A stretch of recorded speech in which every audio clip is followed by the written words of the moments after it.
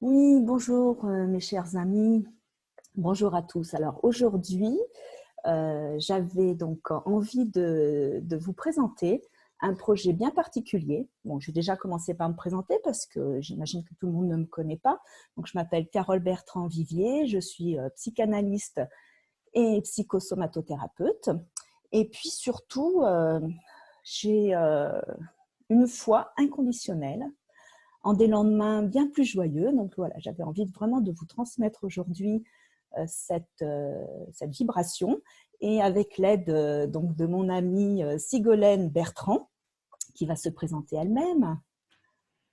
Oui, je m'appelle Sigolène Bertrand, du même nom que Carole, et je crois que c'est pas un hasard non plus parce que le prénom, enfin, je crois à la symbolique de beaucoup de choses et ça on vous expliquera peut-être un petit peu plus tard parce que sinon on va se perdre. Voilà, je suis art thérapeute évolutive, maintenant plutôt humaniste, et je suis très très contente de faire ce duo avec Carole là, pour mettre nos qualités au monde et vous proposer d'éveiller les vôtres. Oui, tout à fait. Donc cette foi inconditionnelle en des lendemains plus joyeux, j'ai envie aussi voilà, de vous la transmettre et de partager la préparation de notre voyage, le voyage en soi sur la terre des éléphants.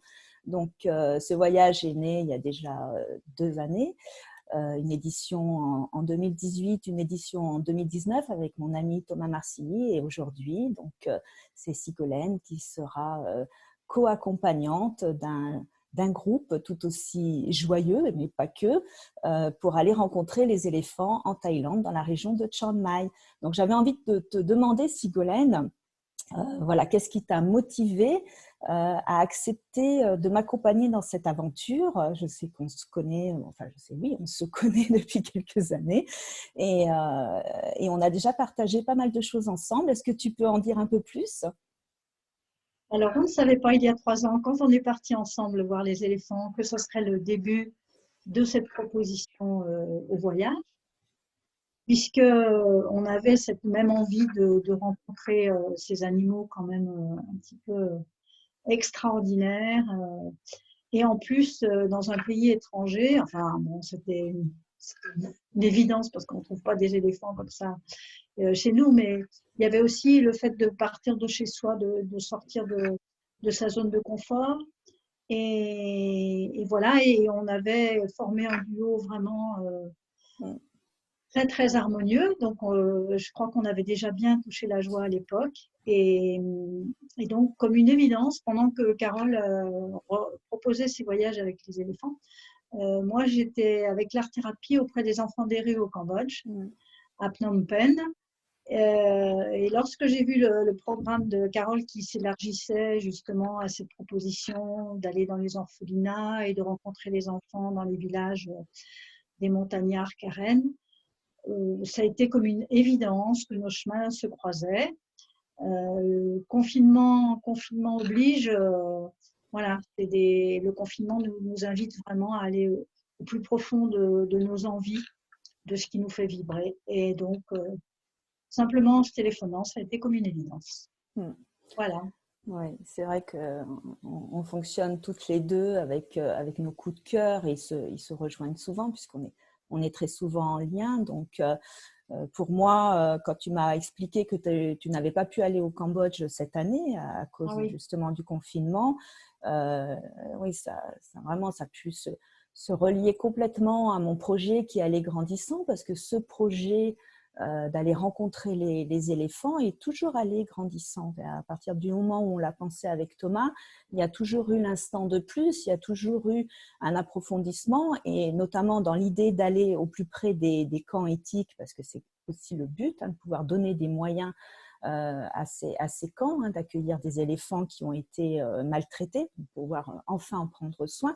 Il grandissait toujours quelque chose. Il y avait vraiment un appel à la vie, un appel un appel à l'autre, un appel à des, comment je dirais, à des situations complexes, là où nous, on pouvait toujours y mettre une petite graine. Hein. Avec Thomas, on était vraiment dans ça, dans l'art de semer. Et je sens vraiment qu'avec toi, il y a ce continuum, si tu veux, dans une autre énergie, ton énergie de femme, voilà, ton énergie aussi dans l'écart de génération que j'ai pu avoir avec Thomas et là où je me rejoins un petit peu plus avec toi. Mais vraiment, ce parcours atypique que tu as toujours proposé, voilà, je sens que cette graine-là, elle continue, elle fait des pousses et il y aura toujours un voyage. Pour moi, c'est vraiment un projet que je veux rendre pérenne et sur quoi j'accentue ma communication.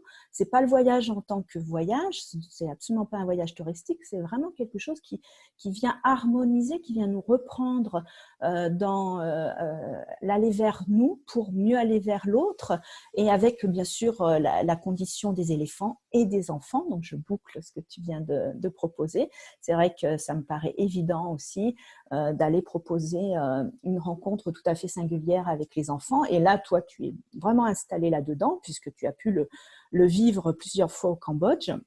Donc, je trouve que l'alliance est parfaite. Je ne sais pas si tu peux rajouter quelque chose, mais pour moi, c'est très, très joyeux. Oui. En pensant à cet entretien-là, j'avais relevé ce matin le bonheur comme une route. Ce n'est pas la destination, c'est le voyage. Et donc, aussi bien au niveau de la préparation, déjà la préparation, c'est un voyage voilà, qui nous invite à s'engager de nous à nous. Et puis après, avec les autres, donc déjà nous deux, puis après avec vous, je l'espère. Voilà, c'est vraiment une invitation à se découvrir, à découvrir l'autre.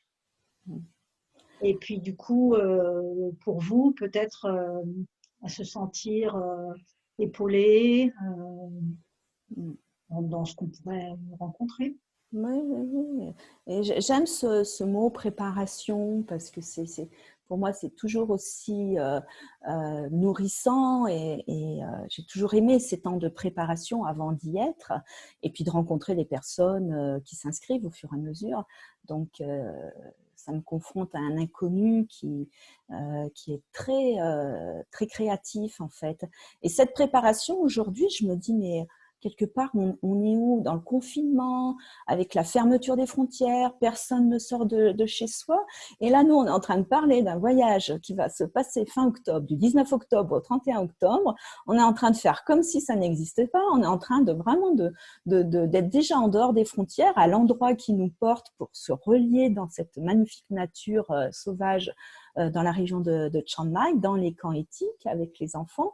Et je me dis, ouais, bon, ça c'est notre style, hein, Bertrand, un petit peu de Joby Joba quelque part, mais en même temps, je sens que c'est vraiment une puissance, une force que d'aller au-delà des frontières. Quand je poste régulièrement, c'est quoi être libre dans sa tête? Et ben là, je me sens vraiment libre dans ma tête. Et peut-être ce voyage, il ne se fera pas, mais il sera déplacé. Et peut-être il y a quelque chose d'un peu utopique. Mais je crois que quand toutes les deux, on s'inscrit dans ce concret, puisque la brochure est prête, qu'elle est en ligne sur la page de mon site, parce qu'on l'a beaucoup travaillé, puisqu'on s'est de nouveau rencontrés sur ce projet, vraiment on met quelque chose dans la matière. Et pour moi, ça me permet de transmettre que c'est possible de continuer à aller vers un projet qui est très nourrissant. Je te laisse la parole là-dessus. Et moi, ce qui me vient comme mot, c'est animé, être animé, qui vient être animé de l'intérieur, quoi. Et donc animer sa passion, là où ça vibre, là où il y a la vie, quoi. Parce que on peut aussi considérer que par rapport au confinement, on est dans une prison, mais c'est un peu comme être dans son corps et être prisonnier de son corps, c'est la même chose. Mais si on s'anime de l'intérieur, euh, je me souviens d'une histoire d'un monsieur qui était à l'hôpital et qui racontait à l'autre le beau paysage qu'il voyait par la fenêtre parce que son voisin était aveugle.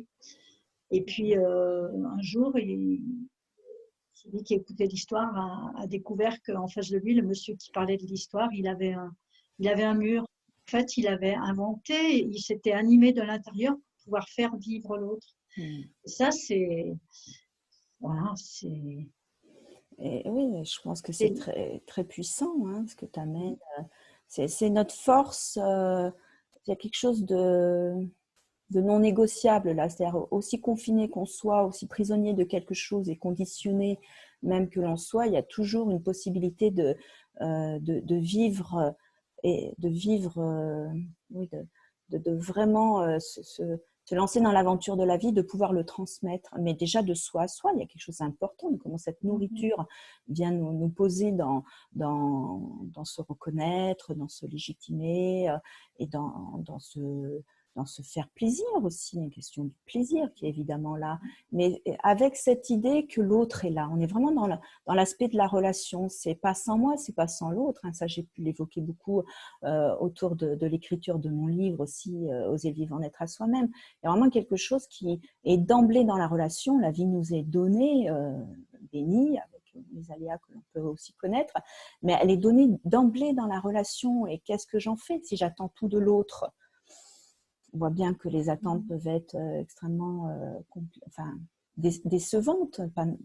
Le retour ne serait pas suffisant dans notre demande qui peut être un puissant fond. Mais déjà, quand on se rencontre soi et quand on ose aller regarder ce qu'on peut s'apporter et qui va d'emblée aller se transmettre dans un donner-recevoir, ben, on se positionne autrement. Et c'est vraiment ce que je vis dans ma posture thérapeutique et c'est vraiment aussi ce que je vis en présence des éléphants. Les éléphants, je ne peux pas l'expliquer, m'amènent à aller vraiment rencontrer ce donner-recevoir là où ils sont dans leur grand conditionnement, avec cette grande violence qui leur a été faite. Il y a quelque chose qui pose, on peut s'installer dans le pas de l'éléphant avec beaucoup de puissance et de douceur. Et je crois que c'est vraiment ce que j'ai envie de transmettre et je sens aussi que c'est là où tu es, tu vois, il y a quelque chose qui se fait. Et on peut le saisir et l'expanser, le proposer, tu vois. Ça fait penser à la respiration, l'inspire et l'expire. Inspirer pour vraiment se donner, recevoir, et expirer pour incarner la plus belle expression de soi, c'est vraiment aller à son idéal, trouver son idéal. Et si la vie n'est pas faite d'idéaux maintenant, on risque de se laisser embarquer dans des choses qui ne sont pas plaisantes. Mais au lieu de passer son énergie à lutter contre des choses qui peuvent ne pas être plaisantes, qui peuvent nous faire peur, on peut mettre son énergie ailleurs. Oui, tout à fait. Et tu vois, ce matin, j'écoutais donc une conférence avec Frédéric Lenoir que j'ai postée aussi sur ma page et j'ai retenu cette phrase, je crois qu'elle est de Sénèque, hein, vivre, ce n'est pas attendre que l'orage passe, mais c'est apprendre à danser sous la pluie. Alors, ça m'a fait vraiment un retour à notre premier voyage où, évidemment, en tout cas, on a pu danser sous la pluie, sous un orage très violent, avec la présence des éléphants et c'était vraiment extraordinaire. Alors, quand j'entends danser sous la pluie, ben, moi, je pense à Sigolène. Quand je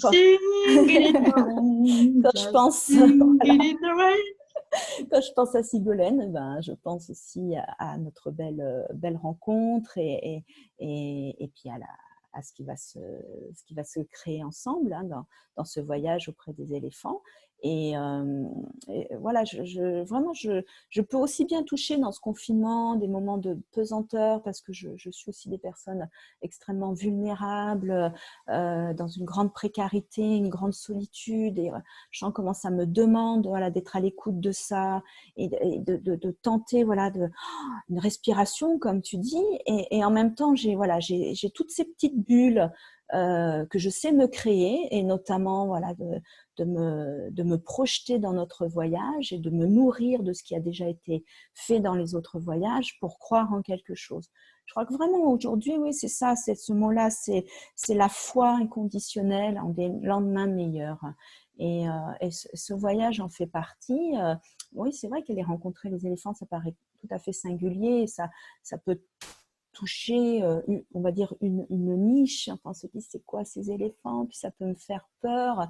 Et en même temps, on est tellement en présence un effet miroir, enfin que tu as pu vivre, comment ça nous Mhm. appelle avec ces grandes matriarches, parce qu'on rencontre essentiellement aussi des éléphantes, dans leur respiration, dans le toucher, dans comment on peut vraiment, même à la bonne distance, parce que c'est ce que je travaille aussi, c'est les temps de silence à la bonne distance pour pouvoir vraiment laisser un espace de rencontre qui ne soit pas trop j'allais dire toxique, le mot un peu fort, mais il ne faut pas oublier que ce sont des éléphants qui ont été extrêmement maltraités, donc on leur laisse aussi leur espace de vie. Ça nous permet aussi de nous rencontrer dans notre espace de vie. Tu as peut-être une petite anecdote là-dessus ou... Oui, bah, quand je voyais nos deux têtes, je pensais à nos deux guides. Moi, j'en connais qu'un, mais déjà, bah, la vie nous a mis en présence de personnages, voilà, qui sont Mm, truculents, bienveillants, mm, voilà, et qui ont cette envie de donner aussi. Donc, mm, il s'est établi une complicité. Je crois qu'on se comprenait même pas tellement avec les mots, mais la complicité, elle a été tout de suite. Donc ça fait un peu le pendant de mm, nos deux pôles avec ces deux hommes de là-bas, et mm. c'est très très plaisant aussi. Ouais, ouais, tu parles de Tic et Dino, donc Tic Tic et ouais, Dino, oui. Tic qu'on a rencontré ensemble il y a 3 ans et qui continue l'aventure, qui fait partie de l'aventure. Hein. J'envisage pas le voyage en soi sur la terre des éléphants sans Tic. Et j'ai rencontré donc en 2019, j'ai rencontré Dino, qui est aussi un sacré personnage. Ils font une belle équipe, donc ce qui amène aussi une jolie présence masculine, sécurisante et très joyeuse. Il manque pas de créativité, Mm, ces deux-là. mm, Donc oui, c'est important aussi, oui, de parler de la structure du voyage. Là, pour terminer, c'est qu'on est accompagné donc par l'agence Safarine, hein, David qui est sur place, qui a créé cette agence il y a une vingtaine d'années et qui est vraiment à l'écoute de nos besoins et qui sécurise complètement le voyage avec le choix des camps éthiques, parce qu'on y reviendra dans une autre vidéo, mais il y a camp éthique et camp pas éthique. David est vraiment très, très précieux pour ce choix-là et précieux pour le choix de notre confort aussi. Donc oui, c'est important d'avoir pour moi cette organisation sur place qui sécurise et qui permet de vivre ce voyage dans de très très bonnes conditions parce que pour le coup, on se laisse aller à ce qui est là. On n'a pas de gestion, d'organisation, de quoi, de comment. On est vraiment présente à nous-mêmes, présente aux éléphants. Et pour cette année, la nouveauté, ce sera la présence aux enfants dans un orphelinat et dans les villages où on va apporter justement un petit plus, un joli souvenir, j'espère, et j'espère même pouvoir les emmener effectivement à l'extérieur de leur structure pour qu'ils aillent aussi rencontrer les éléphants dans de bonnes conditions. Donc ça, c'est le projet avec un petit point d'interrogation, en train d'essayer de voir la faisabilité. Mais voilà, je te remercie mm. infiniment, Sigolène, d'avoir dit un grand oui. Et voilà, je sens que ça va être une belle rencontre de nous deux là-bas de nouveau. Et c'est vrai que je suis très, très confiante. Est-ce que tu as un petit mot pour clôturer euh, ce petit moment? La magie, La magie. la magie, oui. J'ai beaucoup travaillé là-dessus pour voilà, avoir conscience de ce qu'on appelle le corps astral, c'est-à-dire celui qui est dans la magie de la magicienne, voilà, qui n'a pas trop les pieds sur terre. Et là, c'est vraiment être en présence des éléphants, vraiment sur terre, parfois dans la boue même, et avec cette âme qui nous habite, et voilà, et cette connexion tertielle, puisqu'en ce moment, on parle beaucoup de la souffrance de la terre, on a conscience de ça. Mais je crois qu'on peut vraiment trouver des ressources bon, alors après, au niveau des mots, voilà, j'aime bien Oui, parce que la magie en nous. dans la magie, on a la magie et l'âme agit. Donc, c'est Voilà, je très parlais peut-être subtil. un peu. Merci, Carole. Non, non, c'est vraiment très, très subtil et c'est là où je me dis on est dans le juste. Enfin, il y a vraiment quelque chose qui s'expanse et ça me rend vraiment très sereine à notre projet et peut-être à d'autres projets. En tout cas, voilà, la brochure est disponible. Vous pouvez aller la consulter sur la page de mon site. Il y a un onglet sur le voyage humanitaire avec une présentation de Sigolène aussi, qui est donc notre nouvelle aventurière. Et puis, vous pouvez aussi me la demander par mail, carolbertrand-naturopathe@gmail.com, par téléphone aussi. Enfin, vous trouvez nos coordonnées très facilement à l'une et à l'autre sur sur nos pages Facebook. Enfin voilà, je pense qu'on est extrêmement joignable et facilement joignable. Donc, on peut se prendre aussi un temps, bien sûr, au téléphone pour pouvoir explorer un petit peu c'est quoi votre désir ou ce qui peut être aussi dans les freins. L'appel peut être là avec aussi des retenues, ce qui était aussi un petit peu notre cas lors de notre premier voyage. On a beaucoup parlé il y a 3 ans. Je me souviens de ce premier voyage avec ce que ça faisait travailler en nous, parce que dans la mesure où on investit déjà un voyage comme ça, on est vraiment au travail de la présence des éléphants. Et ça, c'est pas rien. On peut les retrouver dans nos rêves, on peut les retrouver dans toute autre chose que d'être présente concrètement sur la terre des éléphants. Et c'est vraiment tout à fait normal de rencontrer ces résistances. Ben oui. Tout à fait normal. Tout à fait normal. Ça crée même les résistances. Donc, on a conscience de ça, on est juste confiant. Oui, on est confiant. Et puis, voilà, j'ai envie de vous dire à très bientôt. Je pense que voilà, on va tenir ce fil des présentations d'un quart d'heure, 20 minutes pour pouvoir présenter le voyage et puis dire un petit peu ce qui est là aussi dans notre actualité, puis dans l'actualité générale, sociétale, voilà, tout ce qui peut nous interpeller, qu'on a envie de partager. Donc, je vous dis à très bientôt. Merci de votre écoute et vraiment à votre disposition, que ce soit l'une ou l'autre, pour répondre à toutes vos questions. Au revoir, chers amis. Merci beaucoup. Merci. Merci, Sigolène. Au revoir. Merci, Carole.